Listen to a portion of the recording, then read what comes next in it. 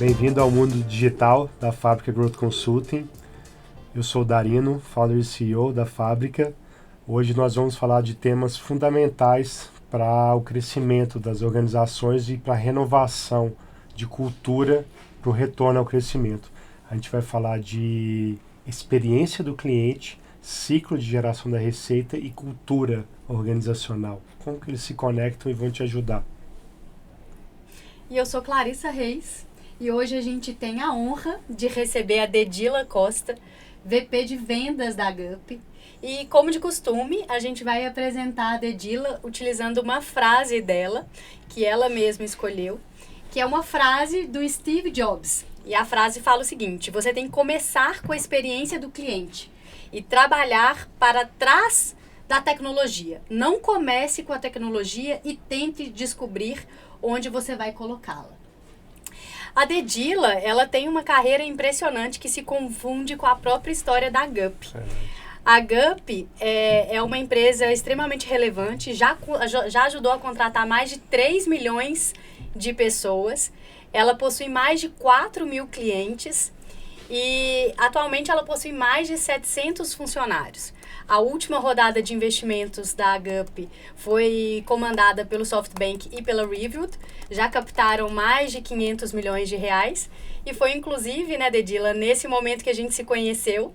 Nós atuávamos como parceiros estratégicos desses fundos e ajudamos, com muito prazer, a avaliar a GUP.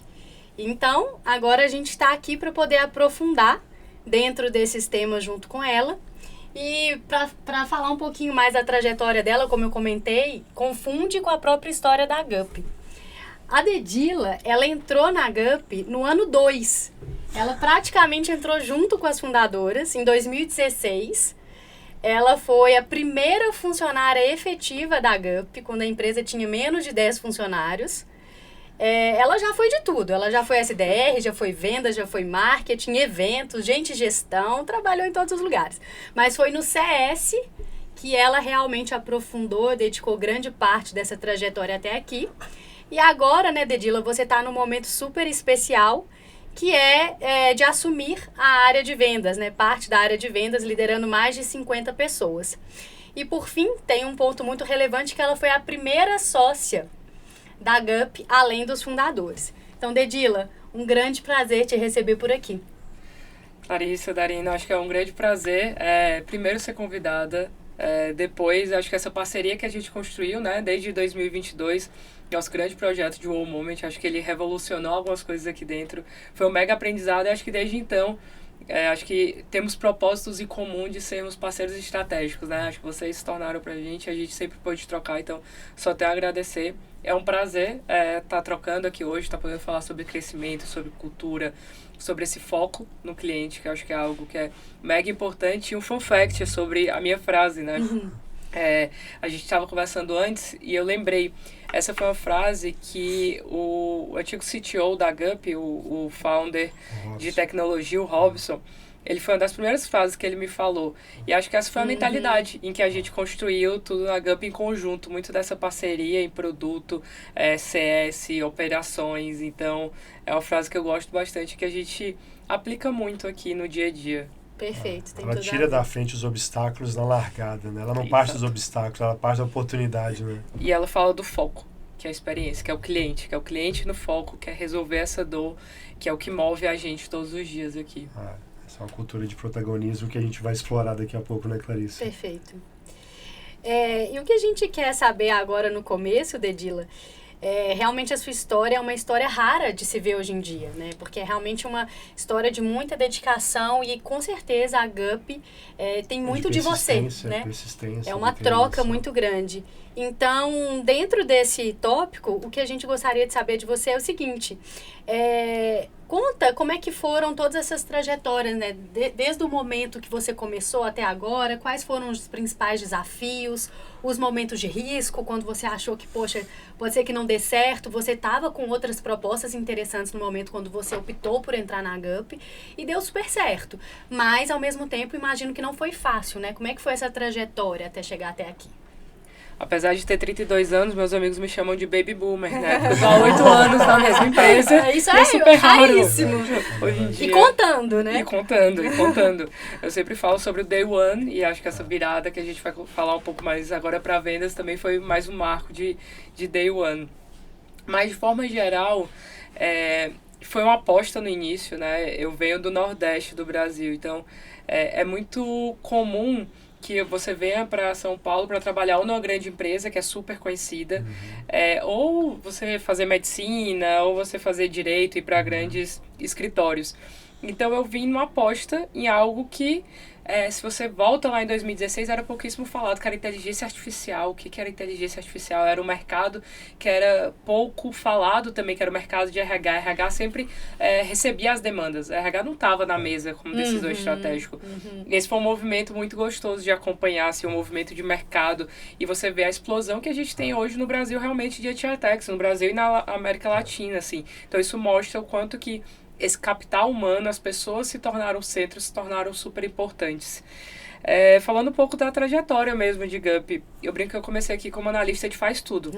Você veio para São Paulo direto para Gup ou veio estudar em São Paulo? Não, eu vim antes para experiência na organização internacional, era experiência de 1 ano. Sim. Terminando esse ciclo, eu fui buscar e aí eu fiquei entre continuar em outra organização, vim para Gup e ir para uma multinacional, que eu conheci o vice-presidente na época. Inclusive, era o vice-presidente do primeiro cliente da Gup. E ele me indicou, e aí ficou ali entre os dois, mas eu acreditei muito no propósito, sabe? Hoje a gente fala muito sobre impulsionar o potencial humano. Eu vivi isso, eu vivi a necessidade disso.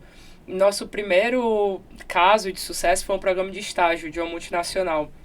E uma pessoa de Rondônia, ela foi contratada porque esse processo foi todo digital. Olha que legal.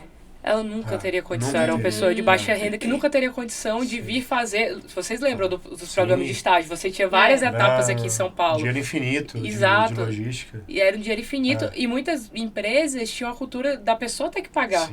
Sim. Então até a última fase. Isso, a última fase pagava, na verdade. A última fase ainda tinha um investimento. Mas, poxa, então dá essa acessibilidade, você conseguir impulsionar no Brasil, isso fazia muito sentido com o meu propósito pessoal. Então fez muito sentido vir para cá e apostar nisso que no começo era um sonho e que foi aos poucos se realizando, foi aos poucos tendo os primeiros 10 clientes, os primeiros 100 clientes, aquela plataforma que a gente brinca, né, que era a plataforma laranja, se transformando nessa versão 5.0, que a gente tem, a gente construindo, a gente conseguindo as principais marcas, a gente tendo clientes que fizeram história junto com a gente e a gente indo construindo um time, né? Fizeram uma placa pra mim de despedida da área de CS, que eu fiquei muito orgulhosa, assim. E lá tem falando, foram 17 sócios na área de CS, assim, que a gente conseguiu fazer. Então, acho que isso combina um pouco com essa trajetória. Que, sim, tiveram momentos ali, quando você vê, por exemplo, pandemia, que foi nossa rodada de investimento anterior. Tava com o contrato assinado, mas a gente não sabia se ia dar certo ou não, não sabia. A gente sabe que vários contratos foram desfeitos ali naquele início de pandemia e a gente teve sorte de ter um fundo que acreditou na gente, que era o fundo mais conservador, que acreditava no longo prazo e que ajudou a gente a fazer essa virada. E foi quando, enfim, a parte boa que teve aqueles 3 primeiros meses muito ruins, mas depois teve uma volta muito acelerada também. Exato, né? Que era, as pessoas foram para casa, como é que as pessoas, como esse modelo de contratação mudou. E aí foi quando a gente também foi entendendo que era importante o posicionamento de ecossistema, os nossos clientes foram pedindo outras soluções e assim por diante. Então, eu acho que foi uma aposta, mas uma aposta muito feliz de ser feita, porque também do meu lado... uma empresa que cresce tanto como a gente cresceu, poxa, eu fui do primeiro cliente aos 4 mil, né? Impressionante. Você precisa se reinventar constantemente. Então, era uma empresa que sempre deu espaço e sempre incentivou essa reinvenção, sempre pediu essa reinvenção. Então, é muito gostoso passar por isso e ter histórias para contar, assim. Então, muito bom. Tem um ponto que você falou que chama muita atenção da sua vida, que é essa visão de protagonismo, né, de cultura de ownership, né? Essa visão dos 17 sócios que você falou. A gente sabe que tem um papel de liderança muito forte nisso. Eu acredito muito que o papel número 1 do líder é formar novos líderes, novos founders mentality, né? Mentalidade de fundador, ela tá disponível para a pessoa de Rondônia, a pessoa que formou no INSPER. Exatamente. Né? Ela está disponível para todo mundo. É só você entender, compreender Fomentar, e né? correr atrás, né? Exatamente. E você falou dos 17 sócios, é exatamente esse encaixe de protagonismo com a visão de sócio, entendeu? Como é que você trabalhou isso no dia a dia? E quais são as sutilezas do dia a dia para você emplacar essa cultura de ownership? Perfeito. Então, eu acho que isso começa com o propósito que se conecte. Então, o propósito e a cultura da empresa, ele não é para todo mundo. As pessoas Fato. precisam se conectar. Ah. A Gup tem uma cultura ótima, para mim. Sim. Talvez não seja para você. Então, É. primeiro precisa existir esse match entre cultura, né? Entre a cultura da pessoa, entre os valores pessoais e os valores que estão dentro da empresa. Acho que depois disso é entender que as pessoas partem de locais diferentes. Elas partem, é isso. Tá disponível para a pessoa de Rondônia, tá disponível para a pessoa do INSPER, mas elas partem de lugares diferentes. Sim. Então, enquanto líder, você precisa ser um líder diferente para cada uma dessas pessoas. Enquanto empresa, você precisa prover recursos diferentes, atenção diferentes para esses diferentes lugares de partida.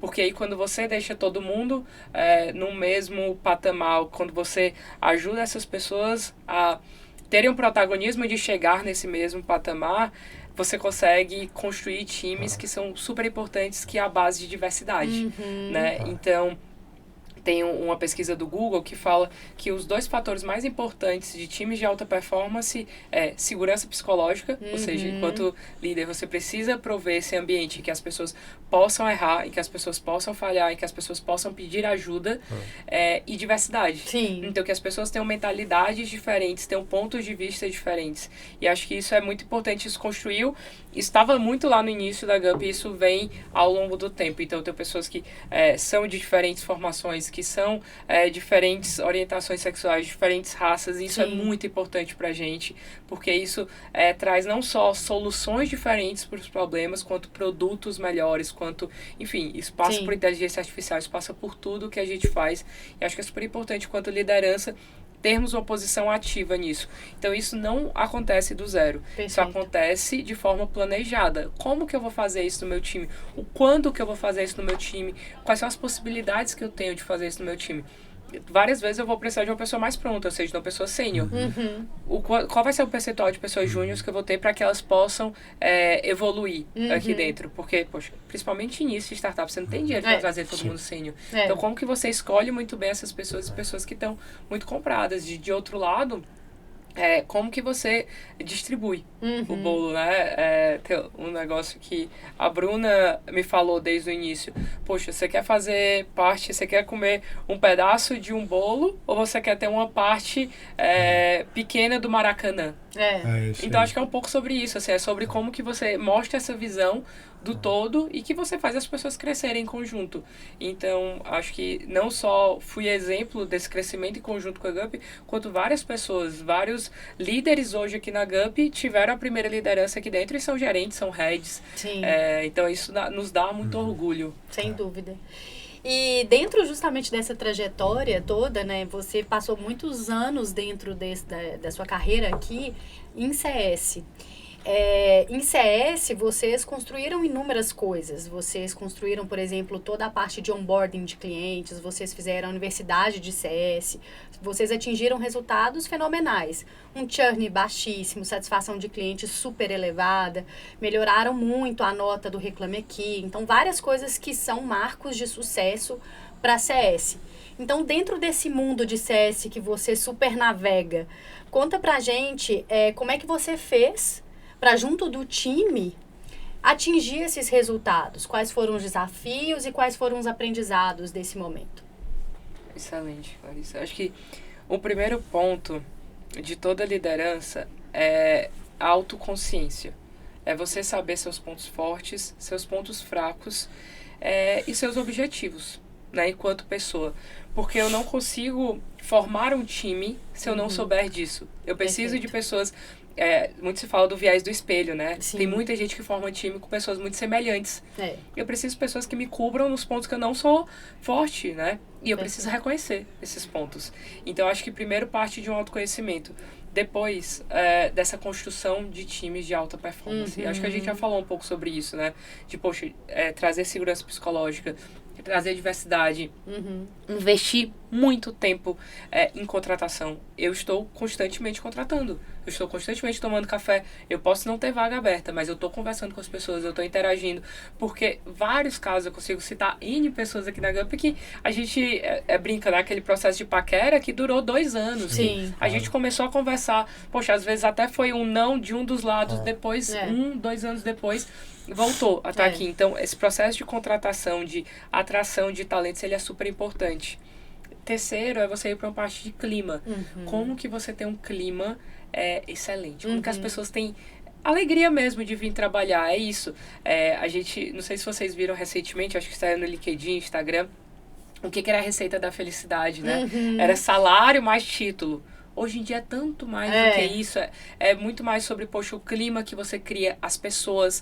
Então, quando você fala de clima de alta performance, é para que você possa olhar para o lado e ter orgulho de trabalhar com aquelas pessoas. Entender que você está aprendendo com aquelas pessoas e que você tem espaço para ensinar também para elas, para contribuir para o time. Então, como criar essa cultura realmente. E acho que um quarto ponto super importante é essa visão. Onde a gente quer chegar? Onde? Tá. E aí a gente essa constrói clareza junto. pro time, né? Isso. Eu não construo, eu não digo como a gente vai chegar lá. É onde a gente quer chegar. A construção a gente vai fazer em conjunto. Perfeito. E por último, como que você faz a gestão muito bem feita disso, né? Então, não adianta só eu ter a visão de como eu quero chegar se eu não tenho muito claro os indicadores meio, os indicadores fins, como que a gente vai olhar, exato, os rituais, os processos, o como que a gente vai fazer tudo isso. Então, isso é aquela parte que não é a parte legal que você faz um team building, não é a parte que você é cheio de... Não, é o dia a dia, é a constância do dia a dia. E acho que isso, eu vejo que é um dos principais pecados, sabe? É um dos principais erros que cai, que é a constância. Isso, que perde o dia a dia, que é isso, é esse pulso do dia a dia, é você ter atenção aos pequenos detalhes. Eu sempre falei para os meus times, a gente tem que fazer muito bem o feijão com arroz para pensar no excelente. Eu vejo muita gente pensando no excelente e esquecendo de fazer o básico. Perfeito. Pois se eu não responder um ticket no tempo, com a qualidade, com a profundidade necessária, não adianta eu fazer um super rollout que eu vou encher a empresa de balão, que eu vou fazer... Não adianta. Se eu não fizer o básico bem feito, se eu não ter atenção aos detalhes. E acho que isso reverbera em algo que nos dá muito orgulho, que é, você entra no site da Gup, eu diria que é uma das empresas de software com mais cases de sucesso. Então isso nos dá muito orgulho. Porque isso vai retroalimentando esse brilho no olho, sabe? Essa paixão pelo que a gente entrega, essa paixão pelos nossos produtos. Não adianta eu ter valores na parede se eu não coloco eles na prática. E se eu não relembro isso, se eu não reforço isso. Então, todos os nossos rituais, a gente traz clientes, a gente traz cases de sucesso, a gente fala também o que a gente não mandou bem. Poxa, isso aqui são pontos de melhoria, isso aqui são oportunidades. E a gente se orgulha, a gente comemora, né? Esses rituais, eles são muito importantes para reforçar essa visão. E esse quão próximo a gente está ou quão distante. Ou seja, então só resumindo, né? Então todos esses marcos de CS estão muito relacionados mesmo a esse time forte, de alta performance, que está entusiasmado com o seu trabalho. E mais do que isso, processos claros, rituais e uma visão muito alinhada para onde se quer chegar, mas sem perder a execução do dia a dia muito bem feita, né? A gente estava discutindo antes de começar o podcast, de como que essas coisas se materializam no dia a dia. E é muito óbvio quando você vê isso, né? Você sabe na reunião que foi uma questão cultural que levou a tal decisão. É fácil de ver depois que passa. Talvez na hora é um assunto muito técnico, pesado, mas quando você sai, cara, não tinha nada de técnico. Na verdade, era um processo decisório que a cultura que definiu. E um outro ponto que a gente estava comentando é de uma cultura de MVP, de acertar, errar, que foi os primeiros analytics que vocês botaram de pé. Ficou muito claro essa cultura de fazer o feijão com arroz bem feito, nem que ele não precise ser uma ultra chat GPT 20.0. Né? Nem que seja um Excelzão pé de boi, mas que resolva a dor do cliente. Essa foi uma mensagem que me marcou na nossa conversa prévia, sabe? Legal. Eu acho que isso tem muito a ver com estar dentro do cliente. Entender a dor do cliente, qual a necessidade do cliente. O como eu vou resolver isso, a gente é de dentro para casa. Se a gente vai fazer com serviço, se a gente vai fazer com produto, se a gente vai fazer com parceiro, seja como for, a gente precisa resolver a dor do cliente. Então, eu diria até que um sexto ponto disso é essa proximidade com os nossos clientes, essa proximidade com a realidade. A gente estava comentando aqui antes. Não tem como eu falar sobre um produto de admissão se eu nunca fiz uma admissão. Perfeito. Se eu não entendo as dificuldades que é ter um líder me pressionando, ter uma pessoa que às vezes não manda no prazo os documentos, ter um sistema que não se conecta, que depois eu tenho que fazer. Pô, você só consegue ajudar a ser um parceiro estratégico, entender daquela dor e retroalimentar o time de produto com as necessidades do cliente, se você tem essa profundidade para falar. Por que é importante? Não adianta só eu chegar e dizer, preciso de comunicação via SMS, a plataforma. Por quê? Se você não entende essa dor, você não entende o que resolve de novo isso. a frase do Steve Jobs, né? É mais sobre o Exatamente. cliente, menos sobre o produto. Exatamente. E essa foi a mentalidade desde o day one da Gup, assim, o valor que a gente gera é uma soma de produto mais serviço.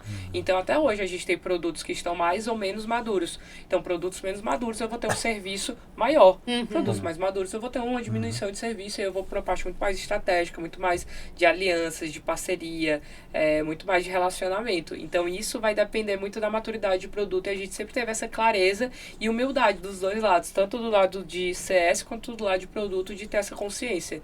Porque o foco sempre foi entregar valor para o nosso cliente. Relembrando, né, o case clássico, icônico do Airbnb, né, que no início eram os founders indo lá tirando foto dos apartamentos, e que isso fez toda a conversando com as diferença, pessoas. Né? O back-end eram eles. No front parecia que estava tudo digital, impecável, mas no fundo era eles rodando a máquina e tinha uma mensagem por trás, sabe?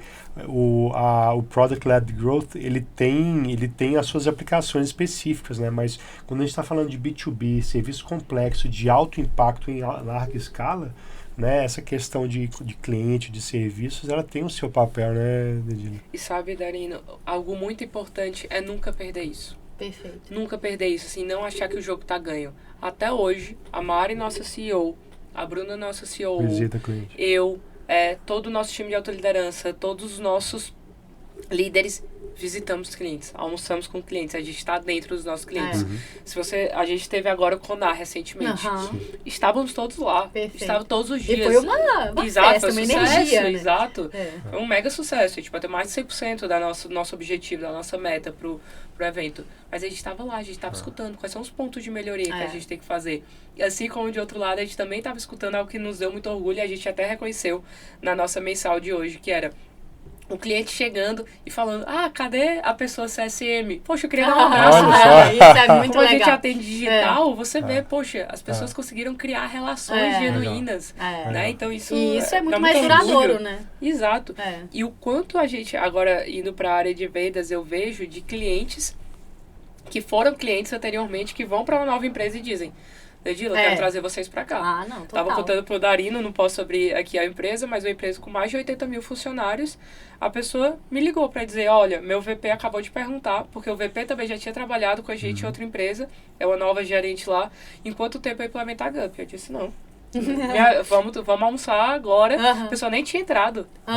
Entrou agora, segunda-feira, semana passada. Exatamente. A gente já tá lá, já tá fazendo o projeto, já tá ajudando ela com calculadora de ROI, como é que ela apresenta pro CFO, como é que a gente vai montar, qual é a necessidade, como é que a gente faz um mapeamento de processo para entender com quais soluções a gente entra primeiro. É isso é parceria de verdade, sabe? Então, a gente nunca pode perder isso, nunca pode achar que o jogo tá ganho e viver realmente esse foco, não deixar só numa parede, sabe? Esse valor do cliente em primeiro lugar. Perfeito. Muito bom. E aí você já conectou justamente com o próximo ponto, que agora é a sua trajetória direcionada para a área de vendas, né?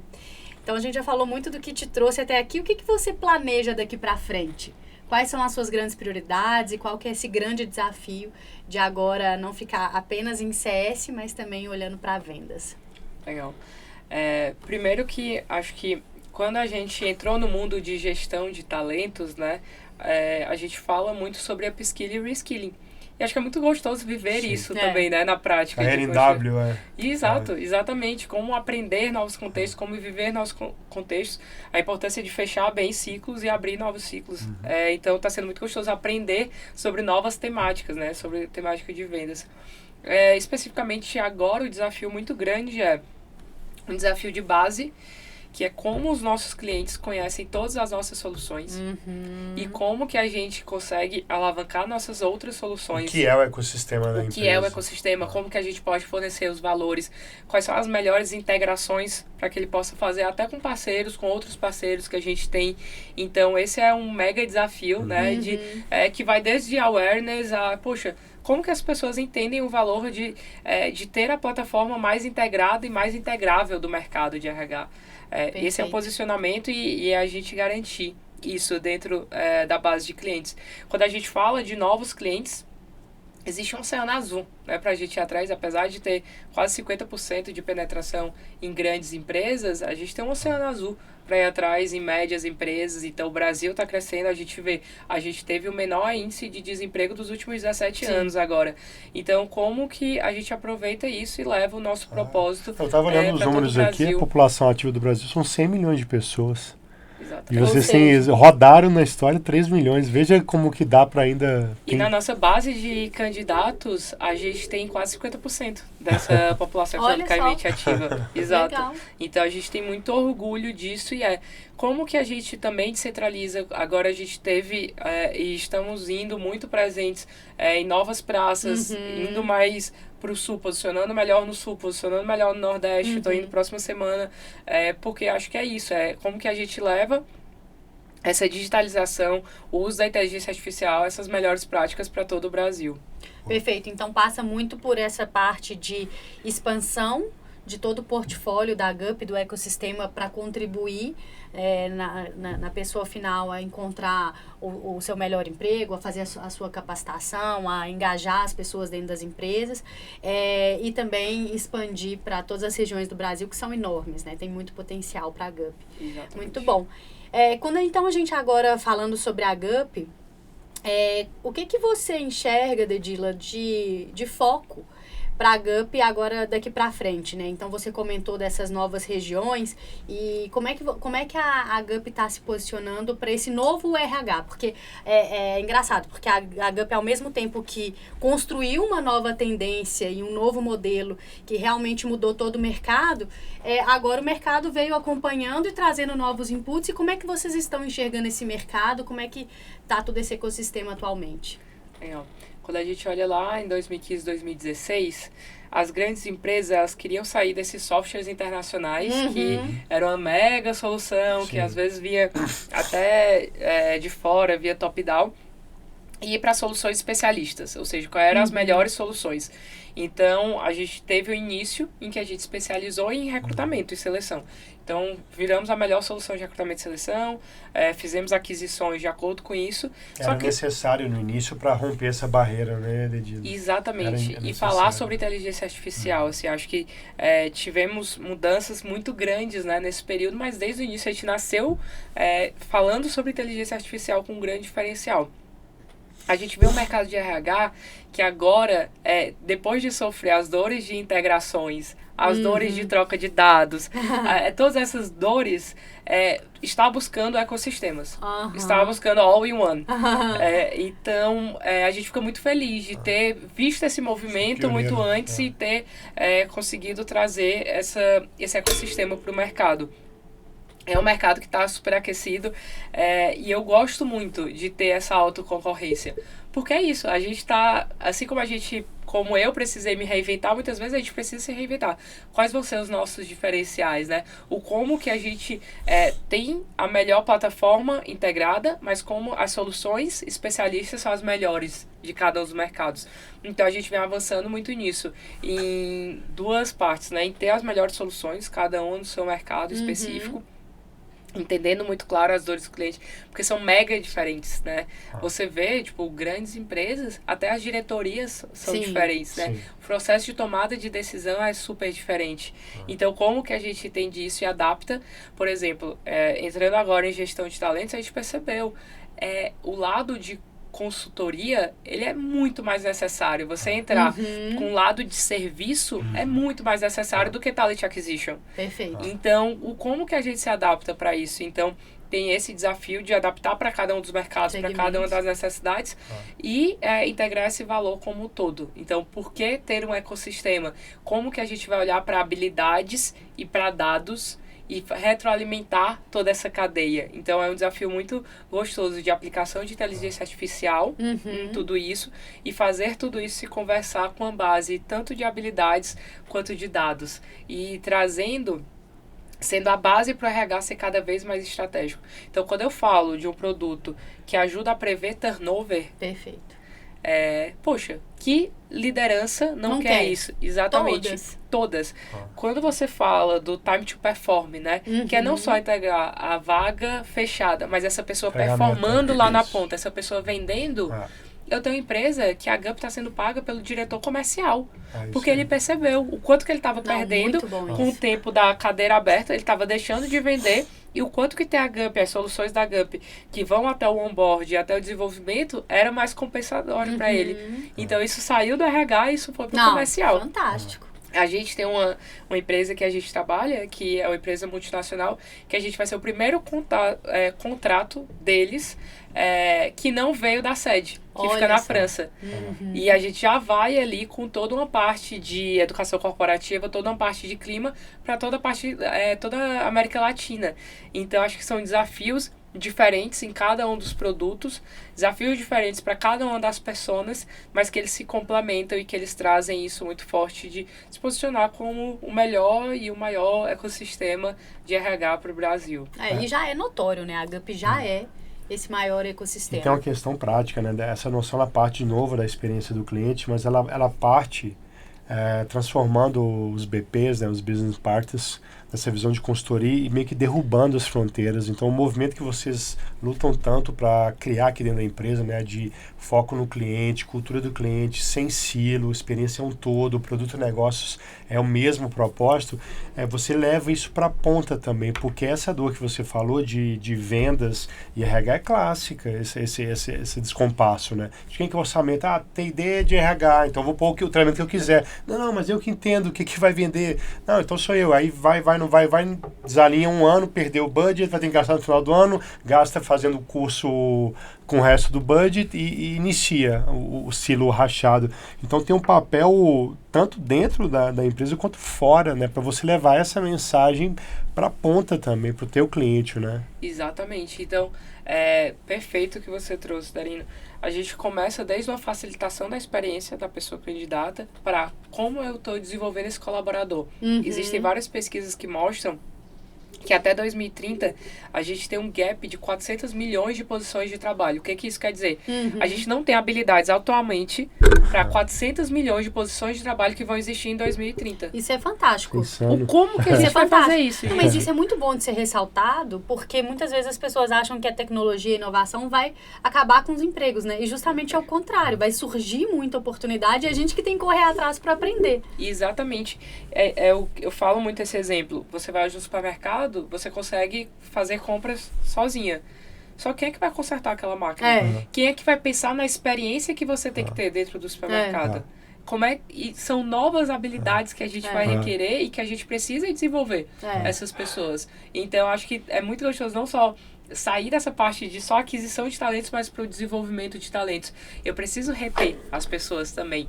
Como é que eu vou olhar para o clima dessas pessoas? Como é que eu vou olhar para uma avaliação de desempenho? Como é que eu vou treinar essas pessoas? Então, acho que tudo isso se conversa para a gente, no final do dia, impulsionar o potencial humano, né? Que é nosso propósito. Sim, legal. Perfeito, muito bom.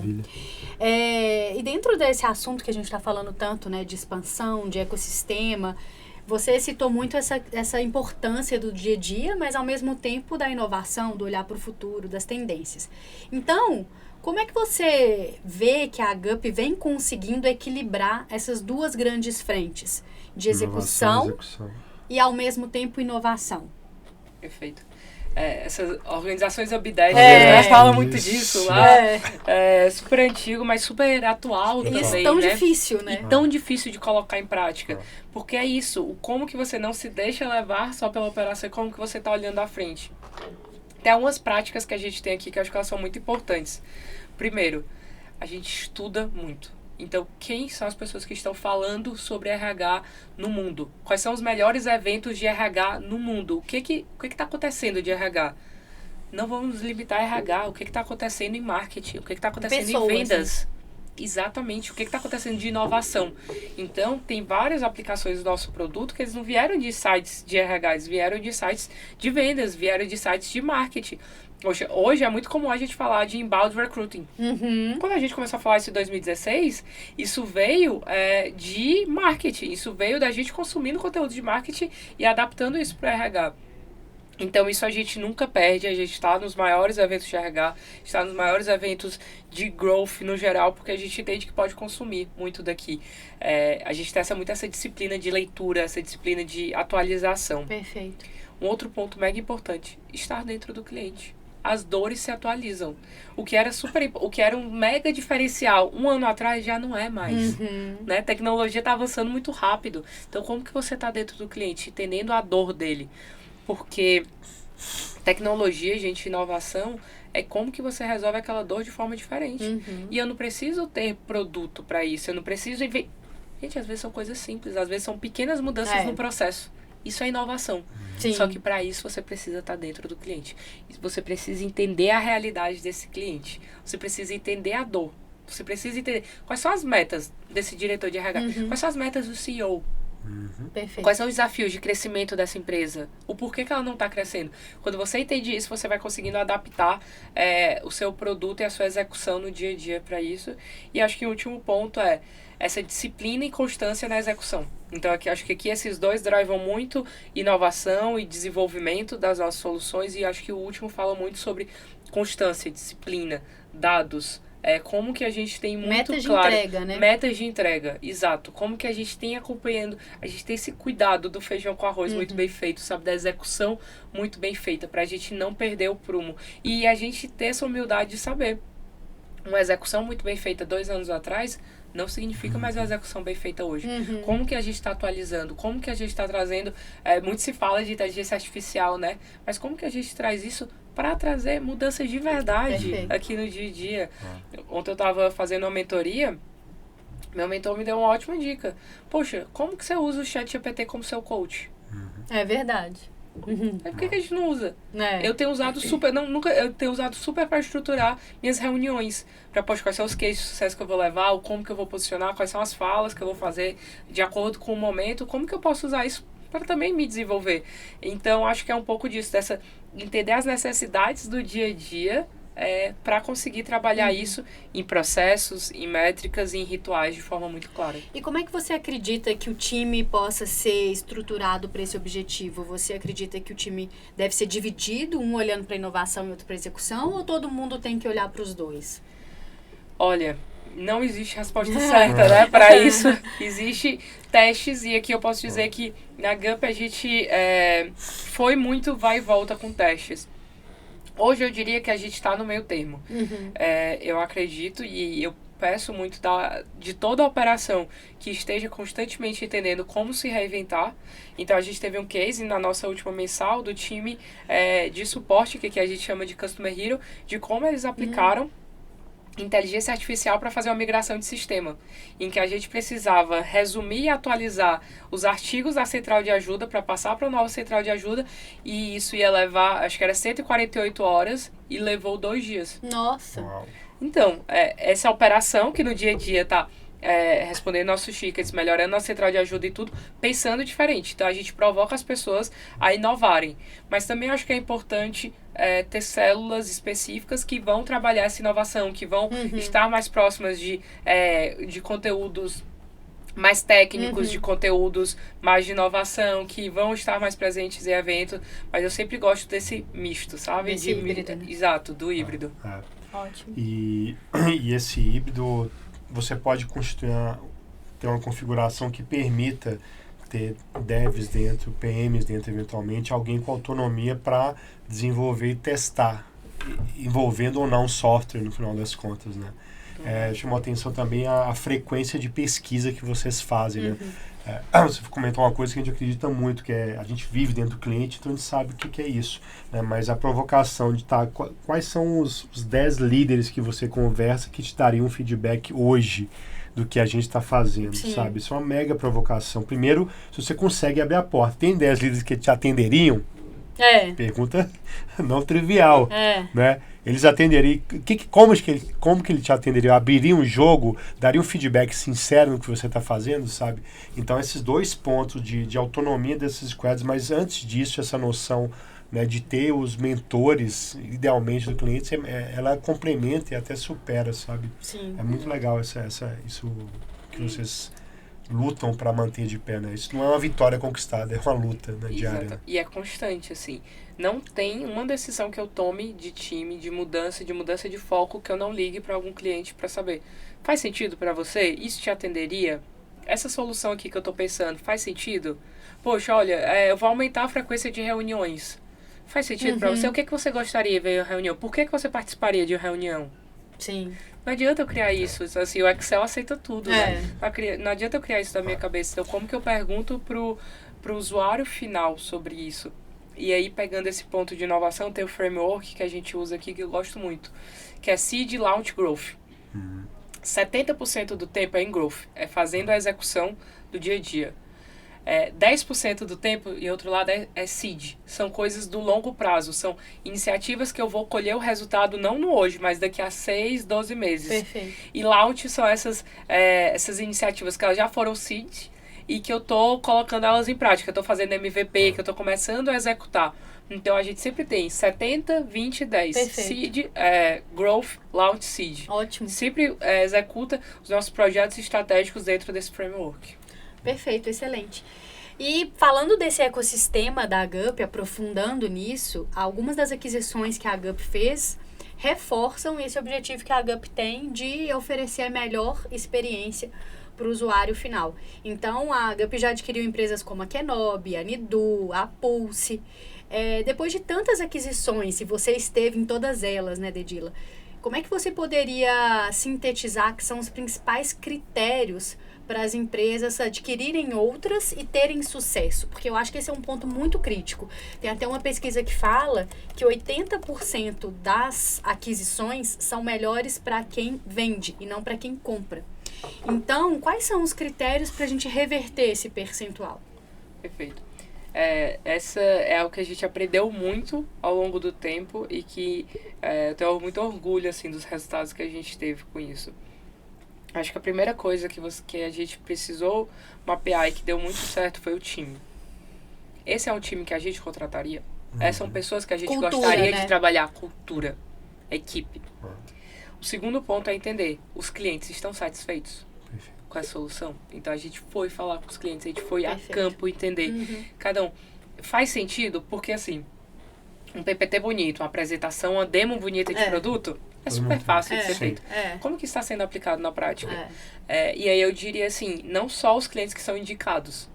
Como que você entende esses clientes e vai a fundo em vários clientes, assim, como que você entende o máximo possível de clientes. Essa é uma etapa primordial de tudo que a gente faz. Te atende, como é que você vê isso, como é que você vê os próximos passos. E terceiro, certamente, se você vai fazer a aquisição de produto, né? Porque no nosso caso a gente teve uma aquisição que foi de clientes, né? De base de clientes e duas de produto. Então, se você vai para produto, acho que é super importante entender a tecnologia, entender a qualidade disso, entender quão sustentável o quão que é possível de ser integrável, né? Quais são os desafios tecnológicos disso, quais são os desafios de hoje, quais são os desafios futuros. Está preparado para receber a carga de usuários que a gente tem? Então, tudo isso são perguntas que a gente foi se fazendo para fazer essa primeira parte, que é essa etapa de diagnóstico, né? Para entender como que funcionava. E acho que depois um foco muito grande em integração. Isso a gente a integração fazer. É a chave do sucesso. É a chave do sucesso, porque não adianta ter o cliente satisfeito, a cultura e ter o alinhamento do produto se depois na hora que a empresa entra para dentro não integra. Exatamente. E aí? Justamente esse é o próximo ponto que eu quero saber. Isso é a parte mais difícil, assim. Acho que algo que a gente aprendeu é a honestidade do dia 1. É você falar de forma muito clara o que vai ser feito. Então, tiveram aquisições que a gente fez demissões. A gente fez isso no primeiro dia. E depois a gente não está nos nossos planos fazer demissão. E não fizemos mais. Então, como que você coloca as regras do jogo de forma clara desde o day one? E sabe que vai ter momentos difíceis, né? Não é tudo flores. Exatamente. E aí, acho que esse é o segundo ponto. Como que você cria mecanismos e rituais para abraçar essa insegurança?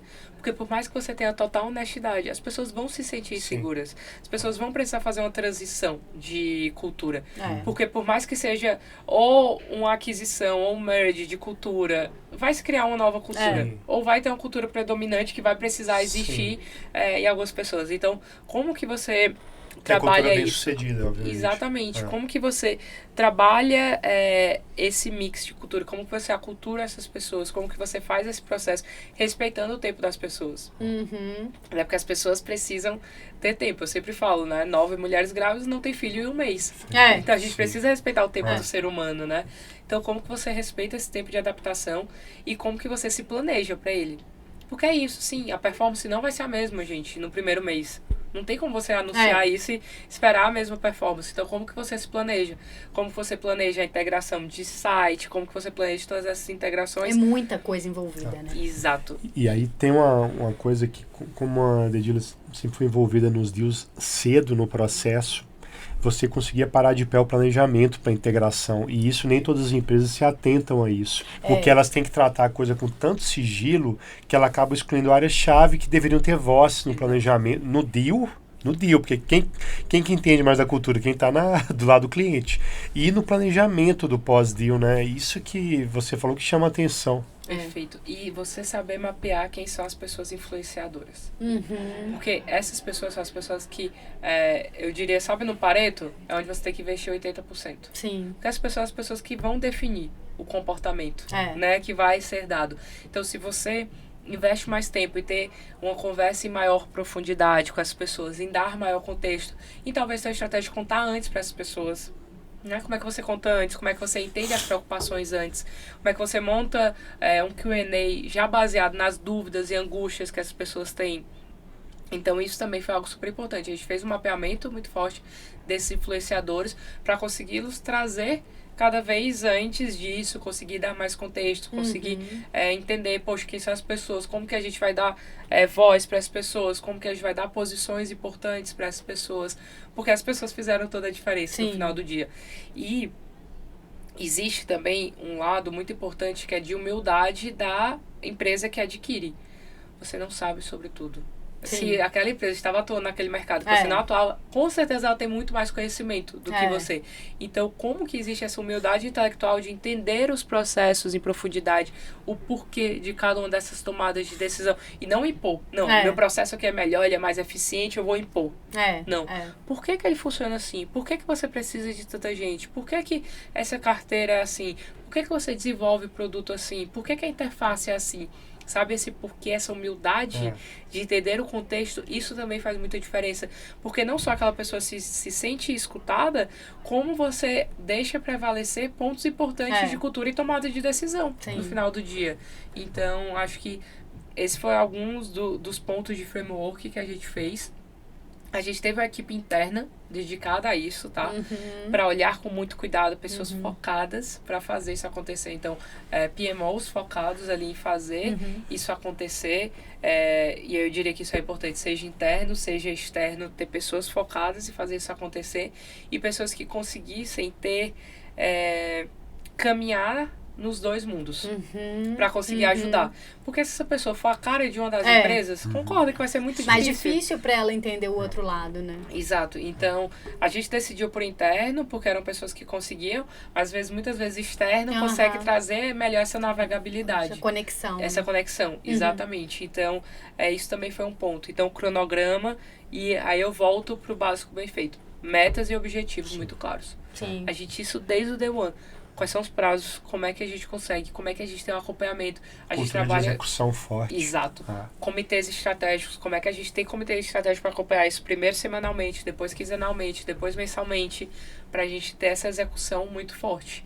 E ser muito transparente com os clientes. Sim. Todos os movimentos que a gente fazia, a gente deixava muito claro para os clientes. Não vamos fazer isso, vamos fazer isso. Isso vai ser descontinuado, isso vai levar tanto tempo. Essa comunicação ajudou muito aos clientes a acreditarem. Teve uma aquisição específica de carteira de clientes que foi difícil porque eram produtos diferentes. Mas desde o momento 1 a gente falou, 1 mais 1 mais 1 precisa ser muito maior do que 3. Que era o cliente mais as duas empresas separadas. Essa união precisava ser muito maior do que 3. Então a gente trabalhou arduamente para isso e a gente teve um sucesso impressionante que a gente faz benchmark até hoje desse M&A específico. Perfeito. De novo, né, a capacidade de execução perpassando não só o ciclo de receita, mas o ciclo de integração da nova empresa, né? E capacidade de execução sempre conectada com as pessoas, né? É impossível separar as duas coisas. Muito bom. E agora a gente já está se aproximando do final, mas a gente não pode deixar de tocar. Você até já comentou algumas vezes aqui na nossa fala, mas o quanto que a GUP foi uma das principais tendências, ela puxou essa grande tendência de inteligência artificial, de inovação, ela foi de fato a precursora disso dentro do mercado. Então, quais já são as aplicações, as grandes inovações que a GUP já teve dentro do mercado e o que você olha daqui para frente? Porque esse é o grande tema do momento, todo mundo fala, pouca gente faz, mas todo mundo quer saber. Então, o que você vê daqui para frente? O que é hype, o que é realidade? O que veio para ficar, o que vai trazer resultado real para as companhias e resolver dores reais dos clientes? Para que lado a GUP está indo, mas antes eu quero saber de onde vocês vieram, quais foram as grandes entregas que vocês já fizeram para o mercado. Boa. Junto com o propósito, esse foi o segundo motivo pelo qual eu vim para a GUP. Ó, que legal. Lá no primeiro projeto que eu comentei com vocês, a gente estava adaptando quais eram os critérios que a gente usava para inteligência artificial. E aquele mundo me encantou. Sabe, poxa, falar de inteligência artificial, de tecnologia, 2016. Sério, impressionante. Então isso me brilhou os olhos e tem alguma coisa especial aqui. Acho que o primeiro grande passo que a gente deu foi, além de falar de inteligência artificial, foi ter uma inteligência artificial proprietária. Por que foi tão importante na época? Porque todas as inteligências artificiais da época eram feitas pelo inglês. E a sintaxe da palavra é completamente diferente. Então a gente precisou trazer e criar uma proprietária para que a gente pudesse adaptar a ela. E a gente hoje tem a maior biblioteca de palavras em português de inteligência artificial, de uso de inteligência artificial, que é algo que a gente tem muito orgulho. Porque você pensa, para falar mesmo de critério de diversidade, de inclusão, se você coloca a palavra advogado, sim. Eu procuro um advogado sênior. Se você olha só a inteligência artificial, que faz um depara com o currículo, concorda que vai dar prioridade para pessoas que colocam advogado? Sim. E as pessoas que colocam advogada não no currículo, aparece. Exato, querem pôr todo lawyer americano. Exatamente, porque o lawyer... Exatamente. Que aí é uma isso coisa não tem só. esse problema. Então, como que você olha só pro radical da palavra? Perfeito. Isso a gente precisou aprender. Isso em 2016. E time? Como é que vocês achavam ou formavam um especialista em IA tão cedo, né? E quantos anos vocês economizaram com isso, né? Exato. E aí tem essa parte que é muito importante. Para você desenvolver uma inteligência artificial sem vieses, você precisa de times diversos. Então, a gente focou muito desde o início, de trazer pessoas que eram mega especialistas, que tinham PhD em inteligência artificial. Já existia gente assim. Já existia, assim. O nosso founder de tecnologia, ele veio de um polo bem grande, que já trazia isso forte ali no Rio de Janeiro, no interior do Rio de Janeiro. Então, a gente começou com muitas pessoas que vieram de lá. A gente foi atraindo também muitos talentos por falar em uma inteligência artificial com menos vieses, sem vieses, por falar de inclusão de forma muito forte, e a gente formou muita gente dentro de casa. Então, tem várias pessoas que foram do nosso suporte, que hoje fazem parte do time de inteligência artificial, que eram do time de tecnologia e foram aprendendo sobre inteligência artificial. Então, esse mix de background, esse mix de raça, de formação, de tudo, isso ajudou muito a algo que acho que a gente também fez de forma disruptiva, que foi olhar para vieses na inteligência artificial muito cedo. Então isso não se constrói do dia para a noite, isso leva muito tempo. Você tem vários conteúdos na internet falando sobre os bias, os viés da inteligência artificial, os impactos disso em exclusão.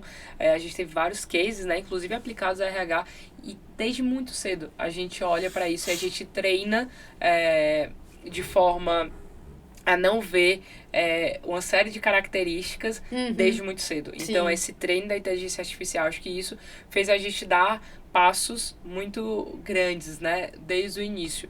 E aí, pensar em não só uma aplicação para a inteligência artificial, mas como que a gente tem inteligência artificial como base em tudo que a gente faz. Então, poxa, a pessoa está escrevendo uma vaga. Por que ela não pode usar a inteligência artificial? Está escrevendo feedback. Por que não pode usar a inteligência artificial? O como que a gente ajuda? E acho que isso, quando a gente fala de inovação, volta para o ponto inicial, que é quais são as necessidades? Perfeito. Por que essa pessoa precisa olhar para um dashboard?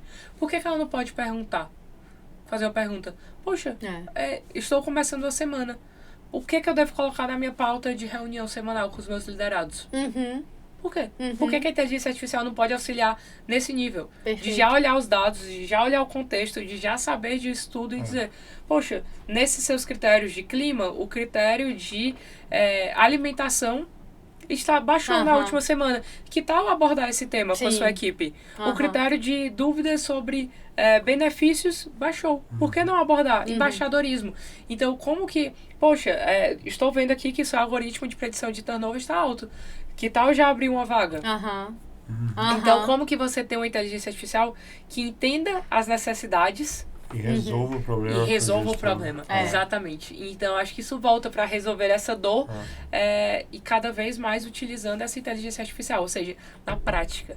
Como que eu entendo? Quais são as oportunidades? Quais são os gargalos hoje? Eu tenho, por exemplo, a empresa tem um tempo de fechamento da vaga de 30 dias. Ela precisa olhar para um dashboard e olhar para isso e pensar sobre isso, ou ela já pode ter os insights de onde estão os gaps e pensar, na verdade, como resolver esses gaps. Né? E como o maior gap está na entrevista com o gestor. Sim. Poxa, como é que eu vou resolver o tempo de entrevista com o gestor? Como é que esse gestor, por exemplo, pode ter tempos já alocados na agenda? Simples. Só que você entende que eu preciso de toda essa ajuda. Então, falando de futuro, como é que eu entendo toda a parte operacional, não só do RH, mas quanto da liderança? Quando a gente fala de gestão de talentos, eu tenho que olhar muito para a persona de liderança e consigo resolver isso por meio de inteligência artificial. E falando como clientes, eu não sei se você sabe, a fábrica é cliente da GUP. O que eu acho sensacional, a gente, por exemplo, abre um processo seletivo, a gente recebe lá mais de 500 inscritos para o nosso processo. A gente utiliza muito a inteligência artificial da GUP para já trazer quais são aqueles candidatos mais alinhados com o que tem de demanda na nossa empresa, que é diferente das outras, né? Mas, de fato, a inteligência artificial da GUP nos ajuda nesse processo de seleção, porque aparece ali primeiro aqueles candidatos mais aderentes. E aí é interessante que quanto mais você vai usando, mais ele vai aprendendo e mais vai te trazendo candidatos que estão alinhados com o que você busca, né? Então, salve, Clarissa. Sem detonar o papel do líder. Complementando o líder. Complementando. Você não substitui o líder e ele não pode ser muleta. A GUP disso. O papel é seu. Você é o owner. Sim, você é o protagonista, né? Eu falo muito, eu já fiz muitos onboards, né? Em grandes empresas. E é claro que a pessoa recrutadora, ela tem medo de ser substituída. Ela tem, né? Assim como o caixa de supermercado. Mas eu falo pra ela, agora, aquele tempo que você passava olhando currículo a currículo e papel recebendo, você vai fazer uma entrevista em profundidade. Quanto tempo você tinha? Gente, se você tem que analisar 200 currículos por dia, você não tem tempo para fazer uma entrevista. Você vai fazer a entrevista em 15 minutos. Você não precisa ficar salvando o Word atrás de Word, de documento, de currículo. Muitas vezes você era reativo, você esperava o problema acontecer, por exemplo, do churn, para depois atuar. Agora, essa pessoa que economizou tempo lá olhando currículo por currículo, ela pode agir preventivamente, dedicar um tempo a evitar um problema futuro, né? Então, trabalho tem. Exato. Como é que você faz um onboard de maior qualidade? Como é que essa pessoa começa a performar mais rápido? Como é que essa pessoa se desenvolve mais rápido? Então, tudo isso que o RH não tinha tempo de fazer, a gente quer tirar a parte operacional para essa parte criativa. Como é que eu faço algo encantador? Como é que eu, ajudo os líderes a serem melhores líderes? É isso agora que eu quero dar tempo, que é só o ser humano que pode fazer. Então, acho que esse é o nosso grande propósito. Eu acho que tem uma mensagem geral para todo mundo, que é a IA, que de fato traga o resultado, né? que as métricas parem de pé e que não seja o topo da hype, porque eu tenho que entrar, porque tá todo mundo entrando, sabe? As coisas, os fundamentos precisam parar de pé. Perfeito. Né? E é difícil fazer isso na hype que a gente está vivendo atualmente. Perfeito. E aí tem algo, gente, a gente faz vários eventos com CHROs, né? E no último deles eu fiz uma seguinte pergunta: o como que você está preparando sua equipe para utilizar a inteligência artificial. Porque, gente, o próprio ChatGPT, ele só vai ser bom para você se você souber fazer as perguntas certas. A gente está treinando nossas equipes para fazer as perguntas certas? Você sabe o que perguntar? Total. Porque eu acho que é do simples, sabe? Que parece, só que a gente vai deixando, porque tem tanto trabalho operacional que a gente esquece. Como é que a gente está preparando as pessoas para fazer as perguntas certas? Isso. Perfeito. Uma pergunta genérica, assim, você explicar quem você é no ChatGPT não vai te dar a resposta. Não vai te ajudar em nada, né? Não vai, vai ser um coach super genérico, mas se você consegue fazer as perguntas certas, se você consegue dar contexto, se você consegue, enfim, ter essa habilidade de pensamento crítico, você consegue extrair muito mais. Então, acho que é um pouco sobre isso também. Total. E aí, pra gente encerrar, infelizmente, né, porque a gente ficaria aqui o dia todo, mas a gente fala tanto sobre pessoas, como a Gup ajuda todo esse ecossistema de pessoas, mas eu queria saber, vocês aqui dentro, com esses mais de 700 funcionários que vocês têm, dentro de um mercado acirrado, disputado, competitivo, como é que vocês tratam o time de vocês para que vocês tenham uma atenção para o churn, um time engajado, motivado? A Gup tem vários objetivos de crescimento, né? Então, quais são os principais fatores que você vê para a gente ter sucesso com o nosso time interno? Boa. Acho que o primeiro deles é o walk the talk. Então, não adianta eu ter valores na parede se eu não vivencio eles todos os dias. Perfeito. Se eles não estão claros, como o Darino falou, na minha tomada de decisão. Se eles são contraditórios. Se, poxa, eu falo, eu quero que você entenda o cliente. Mas se eu não tiver, é isso que a gente falou, né? Se eu não tiver aqui 10 diretores para ligar, para opinar, como é que eu posso pedir isso para o meu time? É o famoso a cultura mata a estratégia no café da manhã. Ou se você delegar para o seu time, ele não vai conseguir tomar decisão. Eu não vou conseguir tirar férias tranquila. Então, acho que esse é o primeiro exemplo, assim, é o walk the talk, assim. Então, acho que isso é a primeira prática. Segundo, como que a gente olha de forma muito profunda para a porta de entrada, para o processo de contratação. Então, eu participo de 100% do estagiário. Isso é fundamental.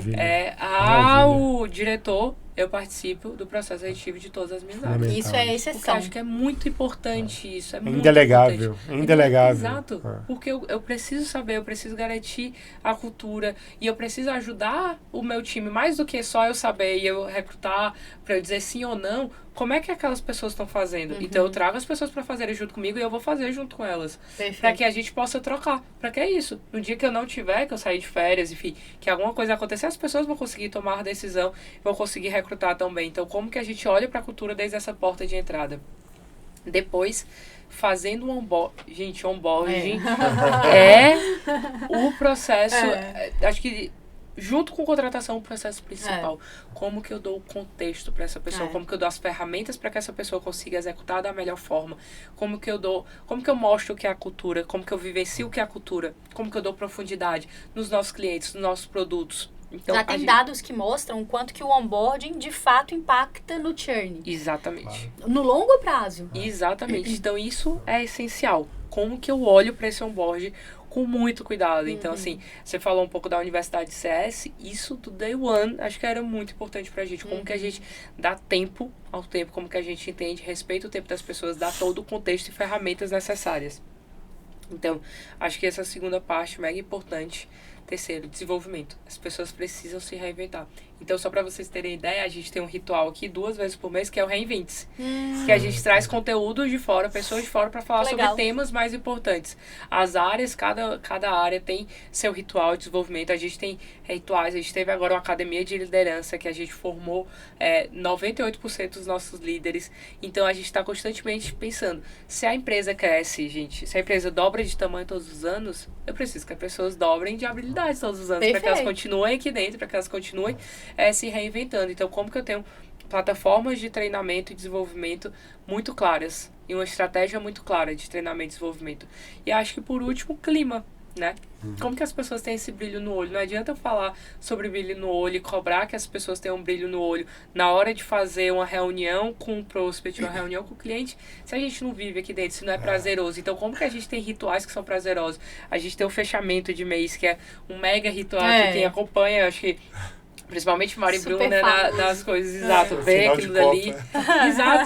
Cara, como é que a gente tá lá no CONAI todos os dias, na abertura e no final, a gente faz o nosso grito de guerra, a gente comemora o que a gente tem que comemorar, a gente passa as lições que tem que passar. Então, como que a gente se preocupa em ter esse clima, não só positivo, mas um clima que consiga face the brutal facts, sabe? Que a gente consiga ter um ambiente de segurança. Exato. Para ter um time de alta performance que consiga receber críticas, que tenha essa maturidade. Então, esse clima também passa por feedbacks, passa por objetivos de forma muito clara e passa por essa comunicação. É isso, acho que a gente estava falando um pouco aqui antes sobre o como que a gente repete. Como que a gente repete. Porque é isso, hoje a capacidade de absorção do ser humano, com o volume de informação que tem, ela é muito básica, né? Então a gente precisa repetir as mensagens, a gente precisa falar constantemente das mensagens que a gente quer, a gente precisa trazer cases para as pessoas tangibilizarem. Poxa, como é que a gente traz clientes para falar sobre isso? Como que a gente traz esses exemplos de fora? E está constantemente se reinventando, tendo processos claros, tendo objetivos claros. Então, acho que um último ponto é metas, desdobramentos de meta. Como que a gente tem metas? Ou seja, as pessoas perguntam, poxa, Dedila, o que é estratégia? Sua estratégia são suas metas. Sim. Se o que você está executando no dia a dia é diferente do que vai trazer suas metas, tá errado. A gente tem que mudar ou o que você está fazendo ou as metas.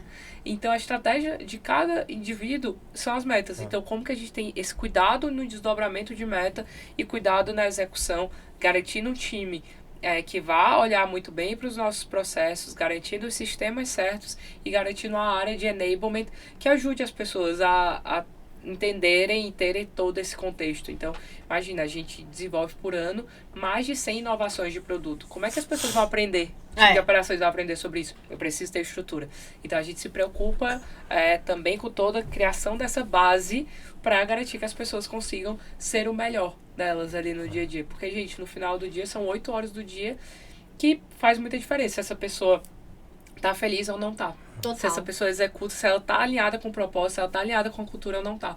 Então, acho que isso que a gente busca no dia a dia e com muita humildade para mudar. Sabendo que cultura é algo mutável e sabendo que novas pessoas vão ajudar a gente a ver de novas perspectivas e que a gente está aberto a mudar. É isso. Uma volta aos fundamentos, né, de negócios, de tecnologia. Sempre é sobre pessoas, né? Sempre. Então, a gente termina falando sobre isso. Dedila, muito obrigada pela sua participação. Foi incrível.